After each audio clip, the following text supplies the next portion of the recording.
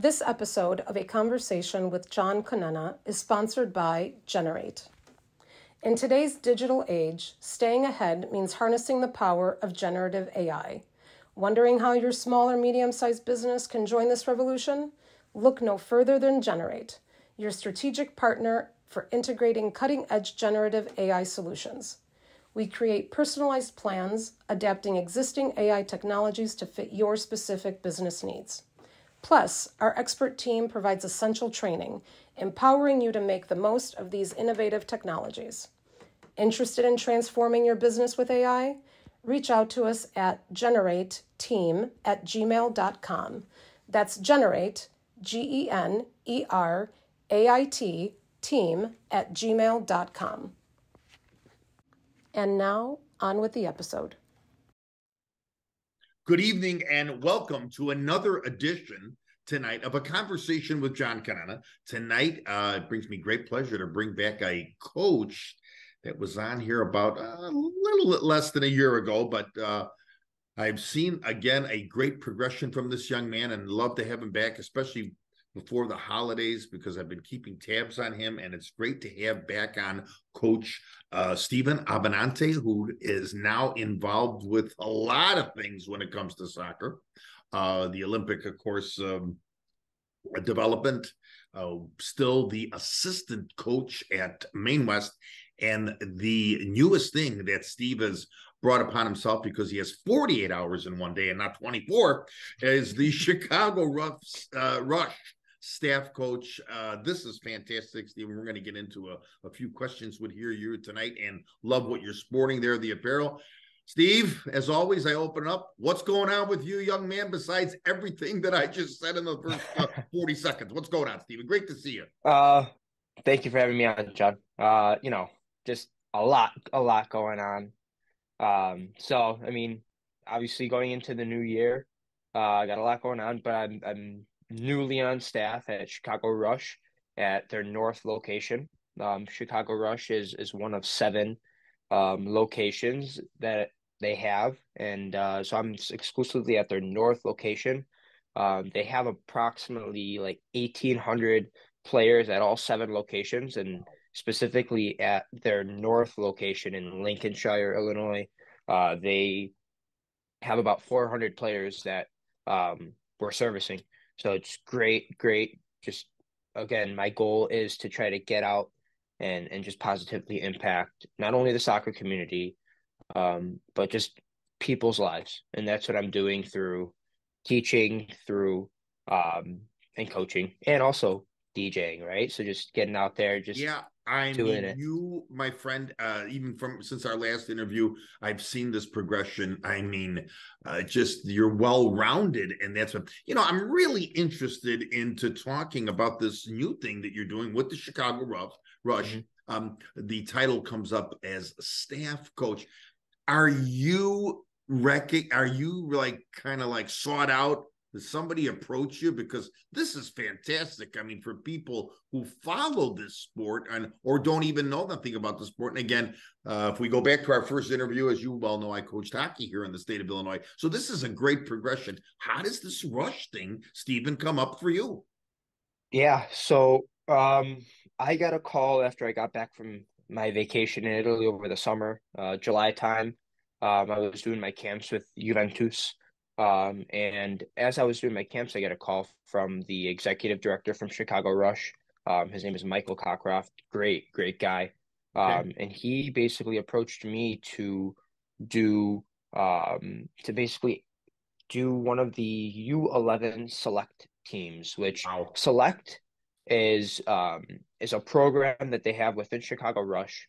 Now you have to realize Chicago Rush is massive. It's worldwide. It's got 23 teams across the entire nation, across the entire world. But then they have 40 teams within the nation. So approximately all 50 states within the United States have a Rush team. So Rush started in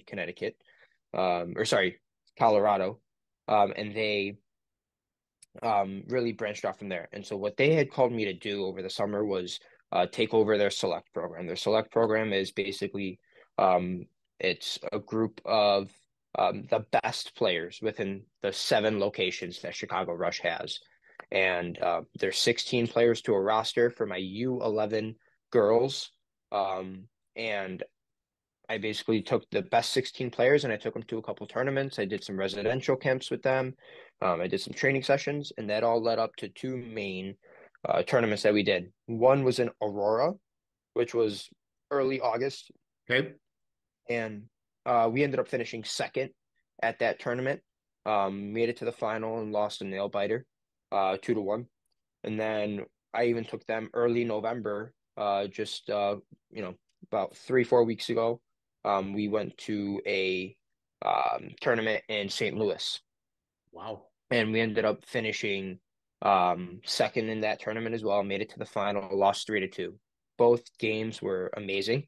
And so basically from there, it's stemming off that I'm taking a little bit more of an expanded role where I'll be taking their U18, U17 team, specifically at the North location. So it's no longer the select program.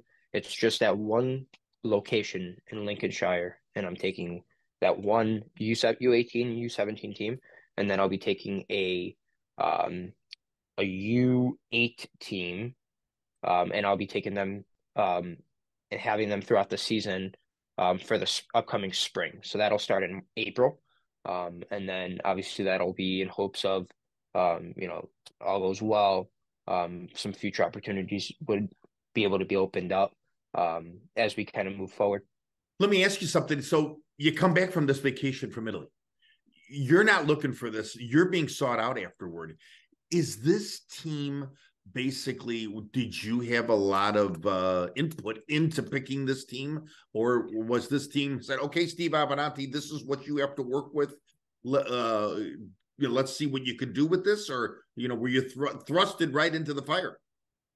I was thrown right into the fire. Wow. Really how it worked was I had my core players. I had the core 10, I would say, and I really had to do some talking with the other directors at all 7 locations to really figure out who were the next 6 players that I can take, so I can have a good quality roster, right? So it's hard for me to go out and see all these 7 locations because they are kind of at a wide parameter of Chicagoland.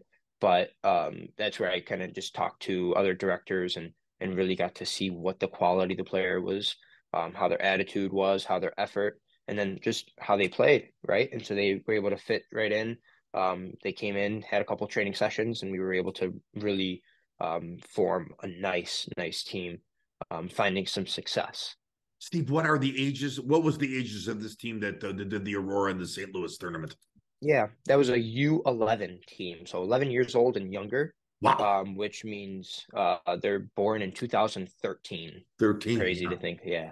But I mean, again, you are talking top players, right? You're not talking, and I'm not saying this to cut anything down. You're not talking about somebody that here is in Elk Grove Village that is going to play one game and okay, go play for go play for the Rush and Steve Abbinante. This is a quality. You're looking at a quality. I'm going to use the word early on here. You're looking at a quality athlete. Oh yeah, exactly. This kind of goes into, and the reason why I took this opportunity was I'm always looking for the next challenge, right? Sure. And this was it. And I love youth soccer, and that's what I'm going to kind of stick in, and stay in for a little while, because not only am I teaching the game to these young athletes, but I'm also teaching them not only game, but goes beyond the game, right? It's the holistic approach of life, right? So being able to have that impact on them early on is really what allows me to it drives me. It's my passion to do that. Yes, definitely. And for anybody that hasn't coached, Steve has brought up something that is so important. You just don't throw a bunch of athletes. I'm going to use that word all night long here. Athletes on a field and expect them to just do their thing. There's the big word here is camaraderie, the respect, the knowledge to listen to a coach like Steve Abbinante, and for them to gain that respect of you and the player. There's a lot that goes into this that I think today's parent still doesn't understand. But when the way you, how much time, Steve, if I can ask the question inside the question, so you come back, you get into these terms, how much time did you have to prepare this team to, now, okay, we're going to Aurora. How much time did you have to prepare? So I did, basically they called me, and within 2 weekends, so I had 2 weeks to go to a residential camp. A residential camp is an overnight camp that we did in at Lake Forest College up there, and we basically did a 2 nights where we just had strictly training, and we were able to train. And I didn't have enough players at that point to do training just with my team, so we combined them with the same age group of the boys, and we were really able to start connecting and just seeing what the level of play was there. And then after that, I was able to schedule 4 training sessions. So each training session was about an hour and a half. So we did training sessions. I brought the kids into the classroom to talk about, what's our style of play, what's our philosophy. And what's really nice about Rush is that we have these core values that we want to not only instill into the players, but also to the parents. So I had a nice parent meeting as well to go over expectations.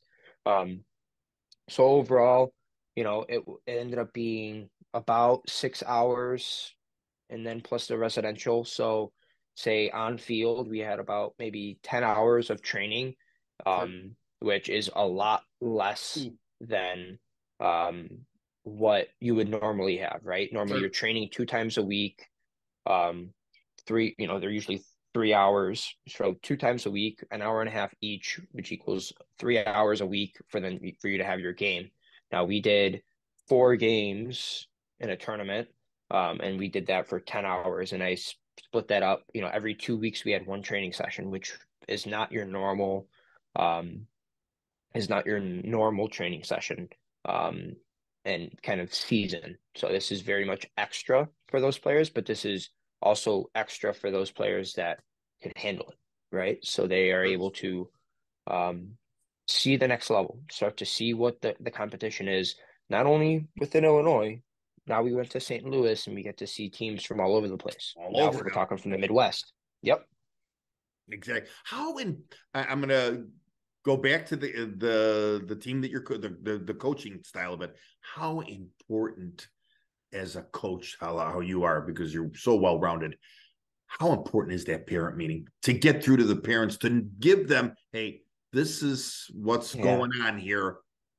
How important is that meeting? Because I really want our audience to know, because this comes up in youth sports all the time.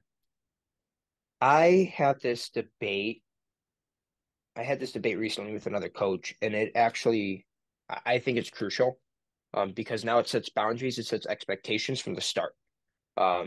It's intimidating going in front of the parents that are looking at you very judgmental, but if you put yourself and make yourself vulnerable in that scenario and allow yourself to have that open line of communication to the parents, they more respect. There's more respect between parent and coach. Then there's more respect between player and coach, and creates for a better team environment. But now it gives an idea of what I'm doing as the coach, and gives me more validity to coach their children, right? So now I'm being fully disclosing what am I doing during training sessions. What are we doing as far as style of play? What are we doing as far as structure to make sure that these players are getting a higher level experience than what they do on an everyday basis, right? Because that's the goal.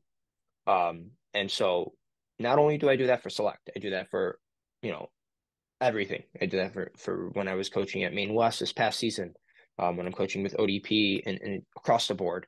That's how you need to do it. You need to set the structure, and the structure included in that is the parents as well. So very, very crucial to set those expectations from the start, and then you can then move forward. That is beautiful the way you said it, laid out. I mean, this, what you just said, should be laid out for baseball, football, travel hockey, travel soccer, because over the years, and I'm not cutting down the parent sector. I am not cutting down the, but you sometimes get the dad or the mom that's played soccer and says, oh yeah, well, we did it this way in 1957, or we did it this way in 1990. We're doing it now this way. So let's be aware of our surroundings. And I loved the way you just put it out there. What I was able to do when we went to our St. Louis tournament, so the second tournament, right, it's a state of play tournament. So we stayed overnight, 2 nights in St. Louis. Everybody stayed at the hotel. What I was able to do is do one-on-one meetings with players at the hotel, right? And then not only that, I opened it up to parents. And that's not something that coaches do very often, I think. Those one-on-one meetings, I said, okay, put your child's name down if you want to have a one-on-one meeting. We'll talk about strengths, weaknesses, create some goals, create some expectations, and really just start talking. And that's their personal development plan that I just create and I write down for them. Because ideally, I would want to see them next year once I do select again. And then now we'll see how are they growing. But not only that, I get parents coming up to me and saying, hey, coach, can I do a one-on-one meeting with you as well? I'm like, yeah, let's do it. And the question that they ask is, how can I aid the development of my child, right? And my answer to that is, and it starts off harsh, and then I ease into it, right? My answer to that was, don't coach on the sidelines. Don't tell your player what to do. Don't tell them how to feel, right? Those are the 3 key things that parents should not do. And then going forward, here's what they can do. Okay. And what they can do is help their child reflect to see what went well, what did not go well. Right. Right. Help them and ask questions of what can they do better? And what do they still need to improve on? And by cultivating this reflective piece to those athletes, this will allow them to, one, create a better relationship between parent and then athlete, right? Parent and player, but also give the autonomy to the player. The player is the center of all of this, right? They're the reason why they're in the sport. Not because mom or dad is forcing them to be there, right? It's more so because they want to be there and they're going to be the driving force in their own development. And parents can be there to support them. And parents are also going to be there to challenge them. And they're going to be there to challenge them by asking questions. And players are not going to want to hear, hey, when my mom played soccer in whatever year it was, 30 years ago. Yeah. Soccer is not what it was 30 years ago, but now this is also the player's own experience, and they want to go through their own journey, and that allows them to really drive their own pathway to success. Sure. Hey, Steve, I can't tell you if I could come over there and hug you to say this, because when I was coaching the game, hockey 25 years ago, I was on top of my game. Somebody approached me and he goes, oh, John, we could use it back at the high school here in Schaumburg. No, you can't. I'm 64 years old and the game has passed me by. Now this is a faster game. Like you saying, soccer has changed, but love the fact that you are setting the guidelines for the respect from the parents. I respect you, but you respect me. When your athletes are here, I'm making the decisions. We're all going to have a bad night. We're all going to have a good night, but don't get in the car and say, you know what? Don't worry about what Coach Abbinante says. Don't pass the ball. I'm just going to shoot the ball. The glory, because I always had a saying, and you just reiterated it for me. If you want to go play an individual sport, go box or go play tennis. Those are the 2 sports if you want to be an individual. I have to ask you, as you move forward with this, and this was I'm sure you were honored and you were shocked to get the call. Just to step back a little bit, for this Chicago Rush. I mean, this had to be the honor of honors for you, because when I heard about it, I was like, wow, I reached out to you because I wanted to talk to you about it. What went through your mind? What went through my mind? I was like, the first question I had was, honestly, am I good enough to coach this team? That was my first question, right? Um, but as soon as I thought about it, I sat through it. I'm like, of course, I got this, right? I mean, I have to have the confidence in myself to be able to coach these athletes. Right. And I know I do. I have the education behind me now. I just got my national C Yes, I license want to to tell be our able to. audience you recently got a certification as a national C license from the Yep. USA Federation, not from Norwich, Illinois. You got it from the USA Federation, and that is a certification. And if I elaborate after you finish what you were saying, because I interrupted you, the national C license, I want to know a little bit more about that. But go ahead, what you were saying. Yeah. And that really, the information that I got from that course, it was a 4 month long course that I was really able to reflect and analyze my own environment that I'm in. And I was able to take that information and I said, I can go coach any team. I truly believe I can go coach any team. And that's why I coached the 2013 U11 girls select team. And they said, I can definitely do it. And so that's kind of what led me to saying, for sure, I will do it, even though I knew it was going to be a lot because I was and am student teaching as well. I'm a student teacher, finishing off my PE degree. I was coaching Maine West soccer at the time, so I had to you know uh, adjust my schedule to it and make it fit. That way, I'm getting all the training sessions that we need. And also going to these tournaments was time consuming, right? And so just the scheduling piece to make sure it's all going to work, right? It wasn't pretty at first, and then we made it Sure. happen, right? When you plan and make sure that um everything's in line, you're good, right? But it also led me to really think about how can I apply my national C license to other areas. And so that's why, I mean, this national C license really opened up more avenues for me because now you're nationally known, right?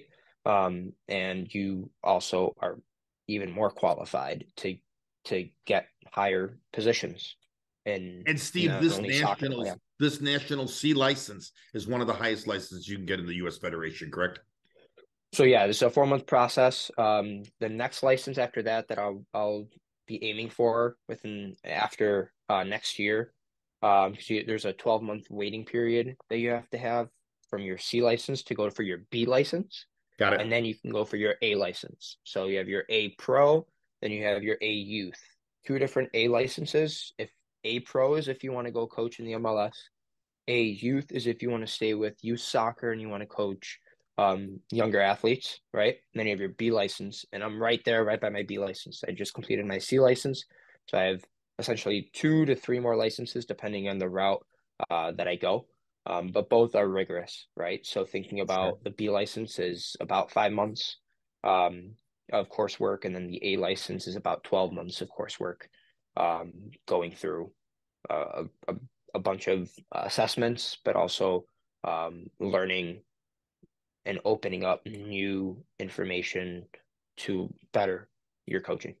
Your plan, of course, is to go all the way, because I remember even in ice hockey, we had the advanced level. And then, of course, we had at that time, which was coming out of Denver, Colorado, we had the masters. And I studied for that for 1 year. And people were like, oh, what's this masters thing? Did you copy it off of Kinko's thing? No, I studied for this and got this. So I'm glad you broke that down too, because to coach at these levels, it's not like you have a buddy that makes a phone call and everything else. This is fantastic.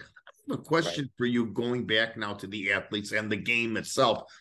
You're at this great level now with this Chicago Rush being that select coach. Mm-hmm.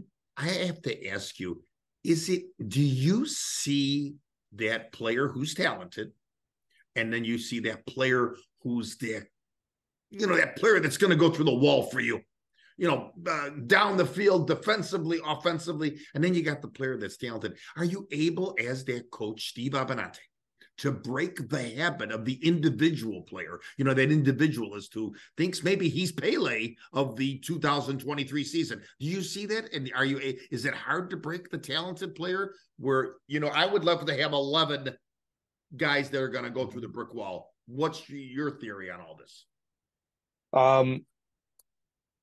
When you coach, you're going to be dealing with the attitudes. You're going to be dealing with the actual player and how they play. I never want to change a player, but what I do want to change is habits, so that it can better their attitudes, and to be able to create that team environment, team atmosphere, positive team atmosphere. It'll allow me to better coach the team, right? Sure. And not only that, it's not only me coaching the team, it'll allow them to better perform on the field. It's a known fact that if you have better team chemistry, better team culture, you will perform better on the field because you have a group, you have a team. You don't have a group of individuals, you have a team that steps onto that field. So yes, the bottom line is it's hard because you don't want to take away that individual skill from that player. But what you want to do is bring out moments of that individual brilliance of that player, and now start to give them cues of when they can and how they can feed into fit into our team scheme, if you will, or team structure, right? And you definitely have those talented players out there that are going to shine, but they're going to shine individually, and they want that credit. How can you, as a coach, now be able to allow that individual to shine? Don't take them from that pedestal because you want that for your team, because your team ultimately still wants to win. Sure. But now, how can you take that, start to include them within the team? That's and of course, without breaking the team environment, the team culture, right? That's the key, because something like that could potentially break out into breaking team culture and negatively affecting it. But perfectly, again, the way you said it, and I don't mean to keep, praising you, but praise is really rewarded here tonight, because I have to tell you, you're saying that, this person that is talented now, can he bring it? Can he bring that talent that he has into the team concept? Maybe a little bit before your time, when Michael Jordan came here into Chicago from 84 to 91. He did not have the supporting cast. So I think he felt, as that individual, he had to score 50, 60 a game. When Phil Jackson came here, the coach, let's pretend that you're the Phil Jackson. He had that philosophy of like, okay, we have a supporting cast for you. Now you work that system of my triangle, which Jackson was famous for, his triangle offense. And this is what, again, Jordan was going to get his 45, 50 points. We got that. But he now had weapons when Jordan was going to have that off night. When he had the Horace Grant, the Paxson, the B.J. Armstrong, the Scottie Pippen, of course. Yeah. I want to just do a little brief stop. We're a little bit past our halfway point. I want to tell our audience tonight that we are visiting with Coach Steven Abbinante, who's now with the Chicago Rush, Chicago Rush as a staff coach. And he is really telling us the theories of the game and how he's coaching and what he brings to the table.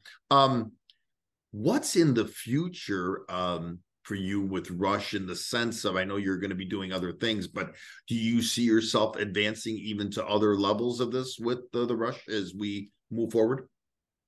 Because this was in the last 6 months now we were with the Rush, right? Correct? Yeah, since July. Yes. So I'm working with them this winter, and I have a U17 and U18 team combined that I work with. So I'll be taking those teams over the spring. So starting in April, going till about June time, middle of June, second week of June, that'll be our spring season. So I'll be taking the, say, U18 team. It's a combined U18, U17 all in one. And then I'll also be taking a U8 team, and we'll be taking them across for the spring season.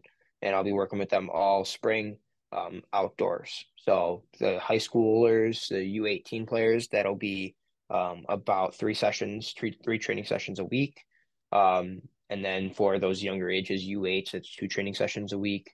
But like right now, immediately, I'm going to be working with them over the winter to kind of start laying down the groundwork, really, the foundation, so that we can have a good, successful spring, right? I mean, I'm able to train with them 1 time a week, and I'm not even working exclusively yet with that U8 group, so it's going to be another time that I'm going to have to now set the foundation, not only to the players, but to parents. And so I have that structure, the way I like to do it, and that's how I'm going to bring it across the board for all the teams that I will coach. Steve, when we say U17, U18, of course, we're talking the ages of 17 and 18 for our audience. Again, the ages. Yeah. So now, you go from taking this team to Aurora and St. Louis and, the 11-year-olds, let's say the 11, 13-year-olds. Do you see, of course, we're talking that high school era that you were a part of, the high school age, that teenage age that we all were a part of, you, your dad, your mom, my wife. Mm-hmm. Do you see the differences in the way of, well, okay, Coach Abbinante, again, now this is kind of this little mini adult. You see that do you have to turn on a different switch to coach that 17, 18? Yes, 100%. They're questioning you, and they're not only questioning you verbally, they're questioning you with their eyes of, who's this guy, right? Why is he coaching me, right? I am probably one of the more younger coaches in the club, but I have the third highest license in the club, right? So to put that in perspective, I have the education that complements my experience, and for me to openly share that and show the vulnerability, because it is vulnerable, right? I can have these U17, U18 players just pick me apart, right? But at the same time, just it's the relationship you build, right? So for me, I take time within my training sessions, my practices, to get to know them, just have a look at what they're about, and then I even show them glimpses and demonstrations of what I'm about and what I used to do as a player, and give it to them, right? Because that's what I'm here to do. I'm here to be their mentor. I'm here to be their role model. No matter if I am 4 or 5 years older than these kids, I can still be that role model, that person that they strive to be, just because it that's the role of a coach, right? It allows them to really see me as their coach, but then also I get to see that side of the player of, yes, they're challenging me, but hey, good challenge. This is how we get better. This is how we develop. And, Steve, the thing about the 17 and the 18-year-old, and stop me if I've gone overboard. The thing about the 17, 18-year-old, of course, is, there's the stresses and the pressures of the high school. There's this of the social media, of our friend here, the phone, and everything else. And of course, there's the pressures of, the dating at whatever the dating is nowadays, the dating. So that all comes into the factoring of, do you see that with the 17 and 18-year-olds? Do you see these pressures that maybe sometimes puts them off their game and puts them into another, realm in the mind? Yes, 100%. Social media and just technology in general has affected our teenagers and say our high school age players in general. Sure. And that's our new reality, right? And it's been a reality for me as a coach and how that affects how I have to coach. But we say, not only am I coaching a sport, and I'm not only coaching soccer, right? But I'm coaching Sure. the player and realizing what is it that they're going through, because we call it oh man, I'm forgetting the word, but basically it's um, it goes beyond soccer, right? So it's Sure. it the social media is going to um, very much affect what goes on in their lives. because there's the dating, because there's family issues that goes on. And we as the coach have to take that holistic approach, right? It's not only about the game, but it's also about the player and what they're going through and the social media aspect. And unfortunately, that all takes a factor, right? We even see it at the professional game right now, right? Look at Lionel Messi coming to Inter Miami. Exactly. Right? So he has to deal with text messages, social media, the press, right? The interviews that he has to do. That's part of the game, and the coach of Inter Miami has to coach Messi in that as well.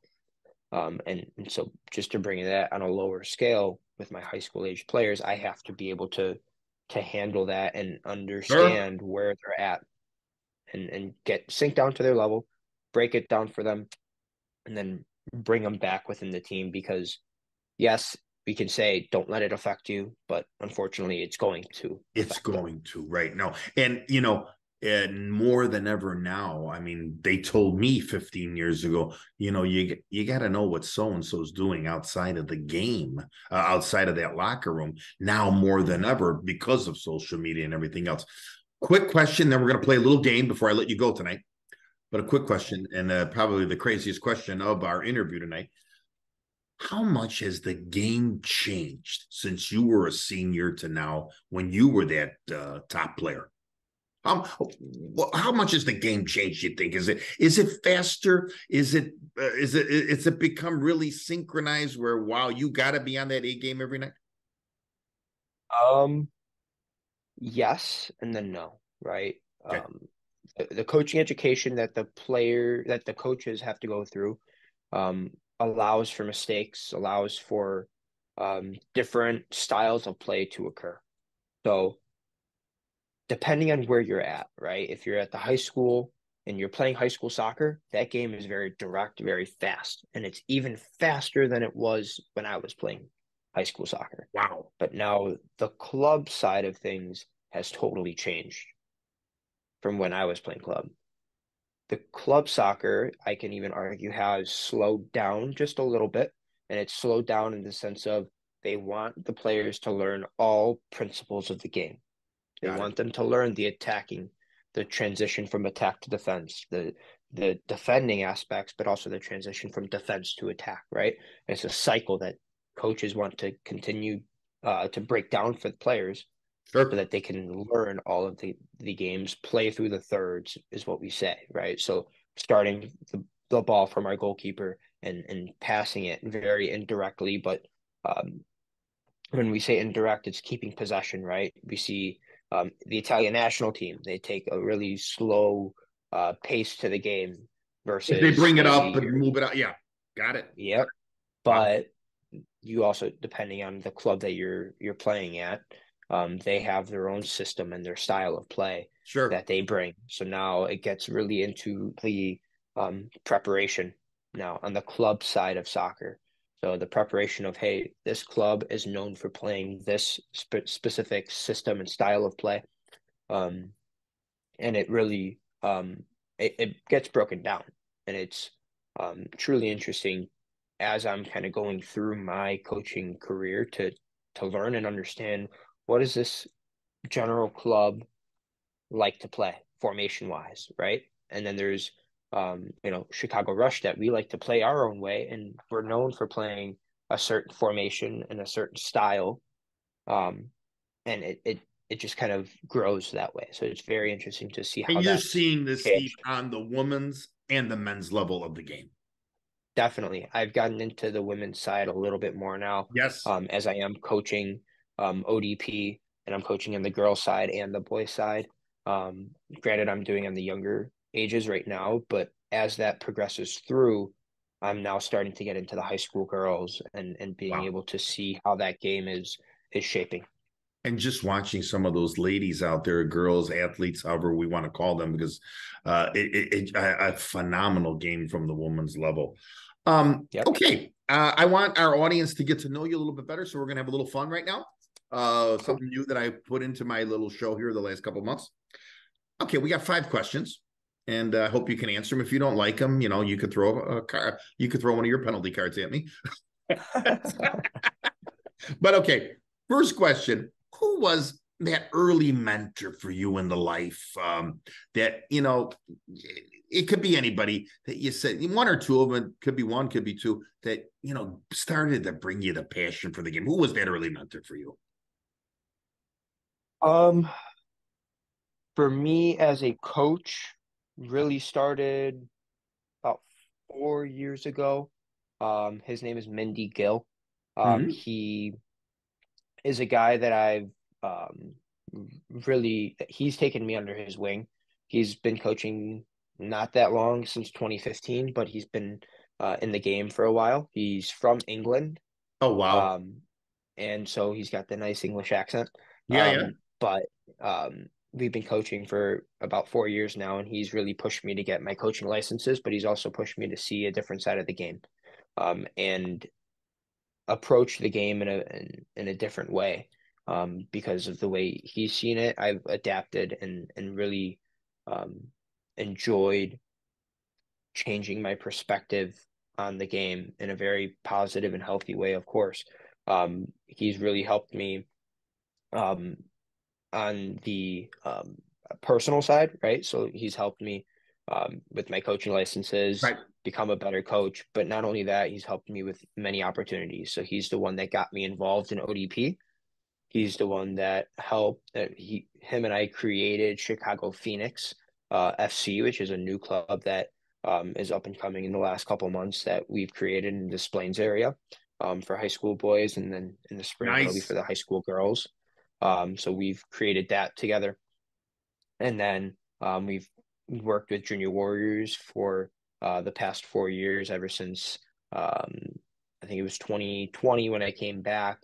Um, and now going into 2024, wow, it's going to be 4 years altogether, which is really, really nice. So he would be my mentor as a coach. Yeah. that's tremendous. Okay, question two: a movie you can watch over 100 times and not get bored. Like you get out of here with this interview that we're doing here tonight and say, I'm going to go watch this movie. I got nothing better to do. You can watch it 100 times. The one that motivates you, the one that makes you laugh, or the one that just anything you aspire to be. What's that movie? What's that go-to movie for Coach Steven Abbinante? Go to. Got to go That with movie. Yeah. Rocky. You got to go Rocky. Okay, which one? Which one? There's, we know there's like 7 or 8 of them. Right. You can't go wrong with the first one because you Yeah. that's the original, right? Um, which Rocky was it? Was it Rocky 4 where he said that motivational speech to his son? Was that Rocky 4? You know what I'm talking Could be. about? Is that the one with the Russian? I know Uh, Rocky 3 was with Clubber Lang. Rocky 4 was with Drago. And then, of course, there's Rocky 5, where he has the Maybe it was Rocky 5. yeah, yeah. Yep. It was Rocky 5. I gotta tell Rocky you, I 5. mean, he's not my go-to movie, but one of my favorite in the Rocky series is Rocky 2, when he tells Apollo Creed in the round 14, Yeah. and the Creed goes, "You're going down," and Rocky says, "No way, no way." That motivational in itself. Yeah. All right, Yep. if of course I'm doing the interviewing tonight, a person somewhere down the road that, man, you would like to go out to dinner with, interview. It could be a man, it could be a woman. And I know your first answer, it can't be me. I mean, it can't be me. I know you want to interview me. But anyway, who could it be? Who could it be that, you want to talk to maybe 3-4 hours, talk about soccer, talk about anything? Who's that interview you want to have? Famous, not famous? Take them out to dinner. Get them a little risotto with the shrimps. There you go. It's got to be a soccer coach. Okay. Pep Guardiola, Say famous the name soccer again. I'm coach. sorry, Stephen. Pep Guardiola. Guardiola. Okay, beautiful name. Yep. He's from Spain, but he coaches in England. Um, Many would argue him to be the one of the best coaches of all time. But again, arguable. He's coaching Manchester City in England at the moment, Okay. and he has this certain style of play, his certain coaching style that he has that I can resonate with. But not only that, just I'd love to dive deeper into the the X's and O's a little bit, the style, the system, get to know his game model, and just really get to dive deep on the soccer side, but also get to know him as a person, of course. That's great. I mean, that's great. And I'm sure, and I've always had those dreams too of hockey coaches that I've always wanted to aspire to. All right. We got to find this out because, there are times when me and you talk off camera. We talk off camera a lot. You're like a second son to me. What is that go-to favorite meal that your mom makes that you could, what is it? You got to tell the audience that your wonderful mother makes. Now you're gonna laugh, Juan. Panzerotti. Okay. My mom makes you're the making best me hungry at panzerotti. 8:45. I know. Panzerotti. My mom makes the best panzerotti in the world, in my opinion. I went to Italy and went there with my girlfriend for a month and a half. Sure. And I still couldn't find a panzerotti that was better than my mother's. And your mom, of course, has got that Mola di Bari blood in her. So there you go. I'm sure they're fantastic and a big hello to her from me. So that's the go-to on the panzerotti. Question 5, our last question. It's a 2 question. So you'll answer the one and then and then elaborate on the other one. The first one is just basically an answer. You can elaborate a little bit. Since you were a little boy to now, I'll give you 2 because it is a hard question. Who's your favorite soccer player of all time? That's why I got to give you 2 here. Yeah. Favorite soccer player of all time gotta be Andrea Pirlo. Okay. Won the 2006 World Cup with Italy. Yes. He's got a vision for the game that I can arguably say nobody else has ever had in history. What a World Cup that was with him. Right. Yeah.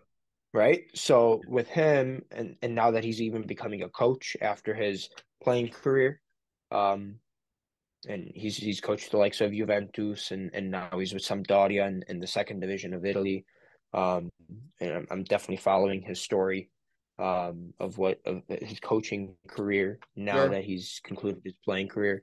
But getting to learn his system, his style of play, his coaching philosophy and how that translated from him as a player. Fantastic. Okay, part B of question 5. Can't forget this guy. Have a lot of respect for him, and he shows me respect every time I see him and every time I talk to him.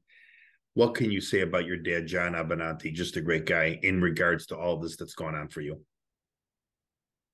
Supportive, loving. He came with me to St. Louis to support me with the U11 girls when I went out there with Chicago Rush. Been supportive in my playing career from day one, and I can't thank him enough for that. And now he's continuously supporting me in my coaching career. And again, I love him. He's my father and honestly my number 1 supporter. So I can't thank him enough for that. Yeah, fantastic. Both your parents, just great people. And I didn't want to slight either one of them tonight. You gave kudos to both of them, and and I just loved everything about it. Well, I'm going to leave you with this. It's I did a little research on you in the last couple of weeks, knowing that we were going to do this, but there's just one line that really says it all about you. And it's in a thing that I found on the research on you. Here is the definition of Steve Abbinante. Eager to elevate my career to new heights. Plain and simple, 6 words. Eager to elevate my career to new heights. The Chicago Rush is very fortunate to have a coach like you. Steve Abbinante, you keep doing what you're doing because I thought the first interview was great. This, again, shows me the insight of sometimes I think you're my age when I'm interviewing. I said it in the last one, and I'm yours. I'm the student listening to you. Fantastic, and thank you for tonight. Thank you, John. Yeah, great podcast, and I'm looking forward to it when it comes out, and I can't wait to do more. You got it. You got it. All right. We'll get this out to everyone on YouTube and on Spotify probably by no later than Thursday or Friday night, so we can listen in again to the expertise of Coach Steve Abbinante, now with the staff coach here with the Chicago Rush, and just fantastic work. Thanks, Steve. Thank you, John. Good night.